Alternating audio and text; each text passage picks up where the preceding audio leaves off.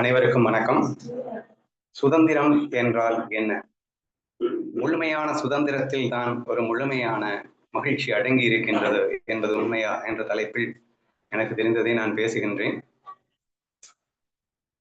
சுதந்திரம் பொதுவா எல்லாரும் சொன்ன உடனே எல்லாருக்கும் ஈஸியா தோன்ற ஒரு விஷயம் என்னன்னா, மனதிலே இருக்கின்ற விருப்பு, வெறுப்பு இவற்றையெல்லாம் அகற்றிவிட்டால் நாம் சுதந்திரமாக வாழலாம் அப்படிங்கிறது பொதுவா சொல்றது உண்டு. இப்ப இந்த மனம் என்பது நமக்கு சுதந்திரத்தை கொடுக்கிறதா, கத்திருக்கின்றதா என்ற ஒரு கேள்வியை கேட்டால் என்ன சொல்வோம்? அதை பயன்படுத்தும் விதத்தை பொறுத்தது என்று நீங்கள் சொல்லிவிடுவீர்கள். நீங்கள் விருப்பு வெறுப்பு இல்லாமல் பயன்படுத்தினால் உங்கள் மனம் உங்களை சுதந்திரமாக வாழ வைக்கும் என்றும், நீங்கள் விருப்பு வெறுப்பிலே சிக்கிக்கொண்டால் கண்டிப்பாக உங்களுக்கு நீங்களே சிறைப்பட்டு கஷ்டப்படுவீர்கள் என்றும் சொல்லுவீர்கள். சரியா? நான் பேசிக்கலி நான் ஸ்ட்ரெயிட்டாவே ஆன்மீகத்திற்கு போயிட்டேன். சுதந்திரம் என்றாலே எனக்கு நான் மட்டும்தான் கொடுத்துக் கொள்ள முடியும் என்ற அடிப்படையில் நான் பேசிக் கொண்டிருக்கின்றேன். சரியா? ஏன்னா சுதந்திரம் அப்படிங்கிறது எனக்கு பிறப்புரிமை. அதை நானா இல்லைன்னு தூக்கி போட்டாதான் உண்டு. அப்போ சுதந்திரம் இல்லாமல் தோன்றுவதற்கு காரணம் உன் மனதிலே விருப்பு வெறுப்பு என்றெல்லாம் சொல்லிக் கொண்டிருப்போம். சரியா? அப்போ அந்த மனதில் உள்ள விருப்பு வெறுப்புகளை முழுமையாக அகற்றி நான் சுதந்திர வானில் பறக்க வேண்டும் என்றால் நான் என்ன செய்ய வேண்டும் என்பது ஒரு கேள்வி. என்ன செய்யணும்?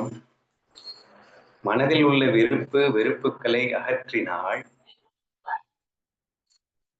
எக்ஸாம்பிளோட போயிடும். இப்போ ஒரு குடிகாரன் இருக்கான், அவனுக்கு குடிக்கிறதுல விருப்பு இருக்கு, அடிக்ஷன் இருக்கு. சரியா?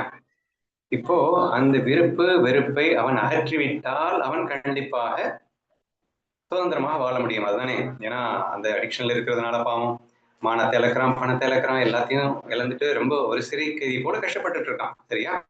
நமக்கு எல்லாருக்கும் தெரியும் அடிக்ஷன் மட்டும்தான் ஒருத்தனை சிறைப்படுத்தும் என்று. இப்போ அந்த அடிப்படையில் இந்த குடிகாரன் எக்ஸாம்பிள் நான் எடுத்துக்கிறேன். இப்போ நமக்கு என்ன சொல்லியிருக்கோம் தீர்வு? விருப்பு வெறுப்பு என்பதை முற்றிலும் நீக்கிவிட்டால் சுதந்திரமாக வாழ்வான் என்று சொல்லிவிட்டோம். இப்ப இந்த குடிகாரன் என்ன பண்ணணும்? குடிக்கிறதுல இருக்கக்கூடிய அடிக்ஷனை நீக்கிட்டா அவன் சந்தோஷமாக வாழ்வான் என்று நாம் சொல்லுகின்றோம். சரியா?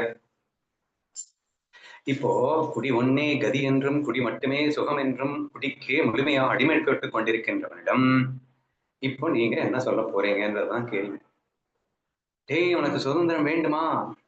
அப்ப குடி, ஆனா லைக்ஸ் இல்லாம குடி என்று நாம் சொல்லுவோமா? அல்லது சுகம் என்பது உண்மையில் சொரூபத்தில் இருக்கின்றதடா உடனே அது பாட்டில் இல்லை என்று சொல்ல வேண்டுமா? அப்போ உனக்கு வேண்டியது சுகம், அதை நான் தருகிறேன், அதை பெர்மனண்டாக தருகின்றேன், இதைவிட 1000 மடங்கு தருகின்றேன். ஆனால் அது நீ பாட்டில் என்று நினைத்துக் கொண்டிருக்கிறாயே, அதில் அல்ல.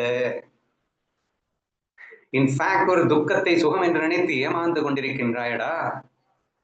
நீ உண்மையான சுதந்திரத்தில் உண்மையான ஆனந்தத்தில் திகழ வேண்டும் என்றால் முதலில் நீ உன் சொரூபத்தை உணர வேண்டும் என்று நாம் சொல்ல வேண்டியிருக்கிறது.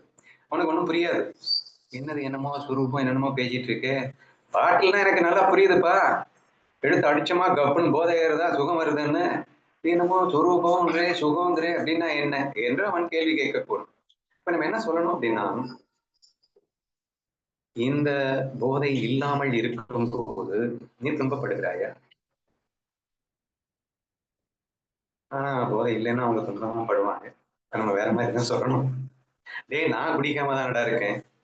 ஆமா, நீ குடிக்கலைன்னா கை கால்லாம் நடுங்குது எனக்கு கஷ்டங்கிறியே, நான் குடிக்காம தான் வாழ்ந்துட்டு இருக்கேன், எனக்கு ஒண்ணு கை கால் நடுங்கலையே, நல்லா தானே இருக்கேன் என்று நாம் கேள்வி கேட்க முடியும் அல்லவா? கேட்கும்போது ஆமா, நீங்க குடிக்கலைன்னாலும் நல்லா தான் இருக்கேன் அப்படின்னா என்ன அர்த்தம்? குடித்தால் சுகம் என்றும் குடிக்கவில்லை என்றால் துக்கம் என்றும் வாழ்ந்து கொண்டிருக்கின்றாய். ஆனால் குடிக்காமலேயே என்னால் சுகமாக வாழ முடிகிறது என்பதை பார்த்துக் கொண்டிருக்கின்றாய். அப்ப இதுல இருந்து என்ன புரிஞ்சுக்கணும்? குடிக்கலைன்னாலும் சுகமா வாழ முடியும்னு புரியுது இல்ல? அப்ப குடியில இல்லைன்றத ஃபர்ஸ்ட் புரிஞ்சுக்கோ. அந்த சொரூபத்தை அப்புறம் தேடலாம். சொரூப சுகம் எங்க இருக்குன்னு நீ கேட்கறது எனக்கு புரியுது. ஃபர்ஸ்ட் குடியில இல்லைன்றதை நீ ஃபீல் பண்ண. So that is very easy to make them understand. ஏன்னா சொரூபம்னா என்னன்னே தெரியாதவன்ட்ட போயிட்டு சொரூப சுகம்னு ஒண்ணு இருக்கு, அதுல நீ இருந்தா நீ எல்லாம் சரியா போயிடும்னா எங்க போறது? ஃபர்ஸ்ட் நீ எதுல இருக்குன்னு நினைச்சிட்டு இருக்கியோ அது இல்ல. ஏன்னா உனக்கு தான் அது இருக்குன்னு நினைச்சிட்டு இருக்கேன், ஆனா எனக்கு இல்ல. நான் குடிக்கலைனாலும் நான் சந்தோஷமா தானே இருக்கேன். அப்போ நீயும் குடிக்காமலும் சந்தோஷமாக வாழ முடியும். நாமளா நினைச்சிட்டு இருக்கோம். குடிதான் சந்தோஷத்தை தருகிறது என்றும், குடிக்கலைன்னா சந்தோஷம் கெட்டு போய்விடும் என்றும் நாம தவறாக நினைத்துக் கொண்டிருக்கின்றோமே தவிர, உண்மை அது அல்ல என்று தீர்மானமாக அவனுக்கு புரிய வைக்க வேண்டும். சரியா? அப்புறம் அப்ப என்ன சொல்ல வேண்டியது இருக்கு? ஸ்டாப் தி ட்ரிங்க்ஸ்னு சொல்ல வேண்டியது இருக்கு. டோட்டலா நீ ட்ரிங்கிங்க ஸ்டாப் பண்ணு. ஃபர்ஸ்ட் என் நிலைக்கு வா. குடிக்காமலும் சுகமாக இருக்க முடியும் என்ற என் நிலைக்கு வா. குடியில் சுகம் இல்லை என்று உணர்ந்தாலே நீ இன்டைரக்டா சுரூபத்துல ஒரு சுகம் இருக்குன்றத உணர முடியும். ஆதலால் முதலில் இங்க இருந்து நீ வெளியே வா அப்படின்னு அவனை கூப்பிடலாம். இப்படி அவன் அவனுடைய அந்த குடிக்காமலும் கூட சுகமாக இருக்கலாம் என்று எப்போது அவன் தீர்மானிக்கின்றானோ அப்போதுதான் குடியில் இருக்கின்ற அடிக்ஷனை முழுமையாக போக்க முடியும். அதுக்கப்புறம் நீ மறுபடியும் அடிக்ஷன் இல்லாம குடித்துக்கோ என்று சொன்னாலும் கூட எடுபடும் என்பது என் கருத்து. சரியா? என்ன வேணா பண்ணலாம் அடிக்ஷன் இல்லாமன்னு சொன்னீங்களே. ஆமா. ஆனா அடிக்ஷன் இல்லாம போறதுக்கு என்ன பண்ணணும்னு முதல்ல புரிஞ்சுக்கிறேன். உண்மையான சுகம் எங்கிருக்கின்றது என்று அந்த சுகத்தை சரியாக புரிந்து கொண்டால் மட்டுமே நீ அந்த முட்டாள்தனமான விஷயத்தில் உள்ள அடிக்ஷனை வெளியேற்ற முடியும் என்று தீர்மானமாக புரிந்து கொள் என்று நாம் சொல்ல வேண்டியிருக்கின்றது. ஸோ சிம்பிளா சொல்ல வர்றது என்னன்னா, நமக்கு சுதந்திரம் வேணும்னா நம்ம லைக்ஸ் அண்ட் டிஸ்லைக்ஸ்ல இருந்து வெளியே வரணும். நம்ம லைக்ஸ் அண்ட் டிஸ்லைக்ஸ்ல இருந்து வெளியே வரணும்னா எதுலெல்லாம் லைக்ஸ் இருக்குன்னு நினைக்கிறோமோ அதை விடணுங்க, விட்டுட்டு சுகத்தை அனுபவிக்கணுங்க. அப்ப எதுல எல்லாம் வெறுப்புன்னு நம்ம போகாம இருப்போமோ அதை தொட்டு நான் சுகத்தை அனுபவிக்கணுங்க. ஸோ சிம்பிள் லாஜிக்கு 100 தடவை வருஷம் பூரா நான் கத்துறதுதான் ஒரே விஷயத்தை தான் இன்னைக்கும் கத்திட்டு இருக்கேன். ஸோ அமானித்துவத்துல நம்ம ஞானதேவர் கொடுத்த சிம்பிள் டெக்னிக் தான். பிடிச்ச விஷயத்தை தொடாமல் சுகமாக வாழ்ந்து காட்டு, பிடிக்காத விஷயத்தை அனுபவித்துக் கொண்டே நீ சுகமாக வாழ்ந்து காட்டு. இந்த பயிற்சி மட்டும்தான் ஒருவனை முழுமையாக வெறுப்பில் இருந்து நீக்க முடியும் என்பதை நீங்கள் புரிந்து கொள்ள முயற்சி செய்யுங்கள். சரியா? அப்ப இந்த பிராக்டிஸ்குள்ள அவன் போயிட்டான் அப்படின்னா ஆட்டோமேட்டிக்காவே அவனுடைய வெறுப்பு என்பது சுத்தமாக கலண்டு கீழே விழுந்துவிடும். அதன் பிறகு அவன் என்ன பண்ணாலும் தப்பில்லை. அப்போ உங்கள் மனதிலே இருக்கின்ற வெறுப்பை அகற்றுவதற்கு மனதின் துணையின்றி ஒரு சுகம் இருக்கின்றது என்பதை நீங்கள் உணர்ந்து பார்க்க வேண்டும் என்று சொல்ல வருகின்றேன். மனதில் உள்ள வெறுப்பு அகற்றினாலே போதும், வாஸ்தவம் தான். ஆனால் மனமே இல்லாமலும் கூட சுகமாக வாழ முடியும் என்ற ஒரு புரிதல் எப்போது வருகிறதோ, ஏன்னா சொரூப சுகம்ன்றது மனசால் வந்ததல்ல.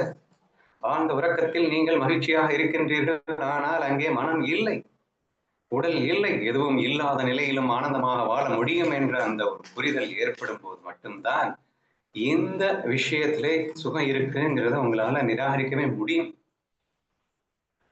சொரூப சுகத்தை காணாமல் இங்கே இதை பெற்றுவிடலாம் என்பது சாத்தியமா என்று எனக்கு தெரியவில்லை.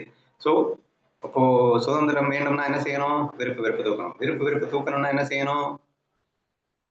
விரும்பிய பொருளில் இருந்து விட வேண்டும்.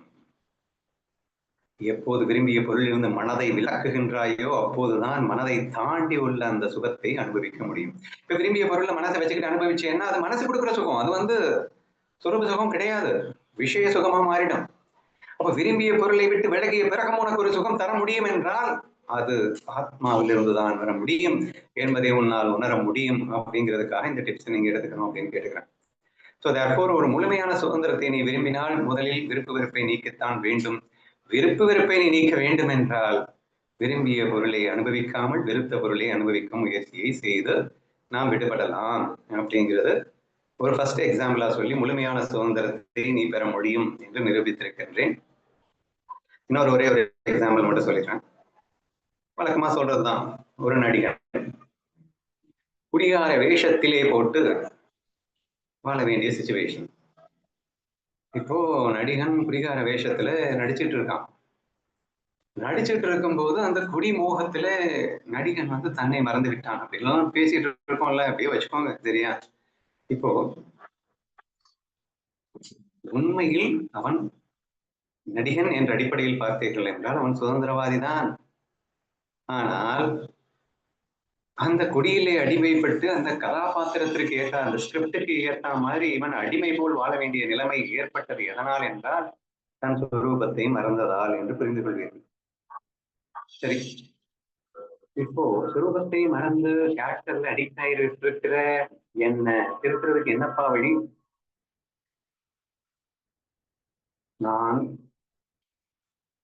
உண்மையில் கஷ்டப்படவில்லை, கஷ்டப்படுவது போல் நடித்துக் கொண்டிருக்கின்றேன் என்றெல்லாம் மாற வேண்டும். நான் குடிகாரனே அல்ல, குடியில் சுகமே அல்ல. ஆனால் குடிகாரன் போலவும், குடியில் சுகம் இருப்பது போலவும், அல்லது அதன் விளைவாக துக்கப்படுவது போலவும் இப்படியெல்லாம் ஒரு மாய விளையாட்டை விளையாடிக் கொண்டிருக்கின்றேன்.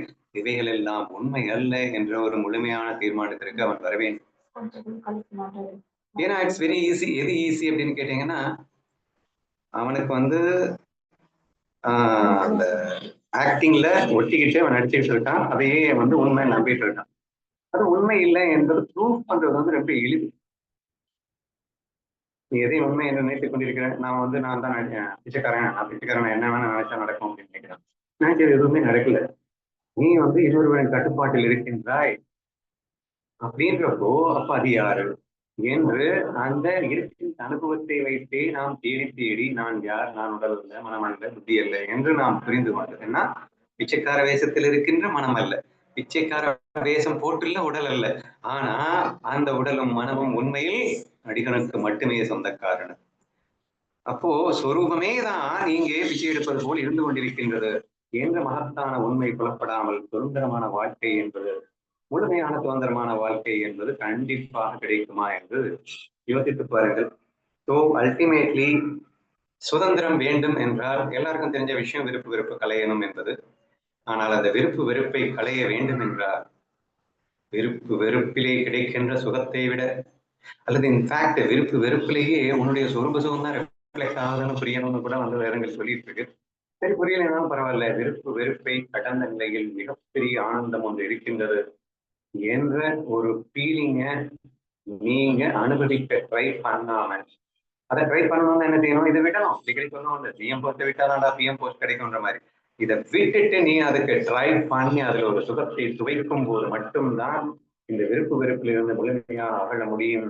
அது அகன்ற மாத்திரத்தை சுதந்திரம் என்ற ஒரு விஷயம் நமக்குள் தானாகவே வந்துவிடும் என்று புரிந்து கொண்டால், சுதந்திரம் என்றால் என்ன, அது நம் கையில் தான் இருக்கின்றது, சுதந்திரமே நாம் என்றும் புரிந்து கொள்ள முடியும் என்று நினைக்கின்றேன்.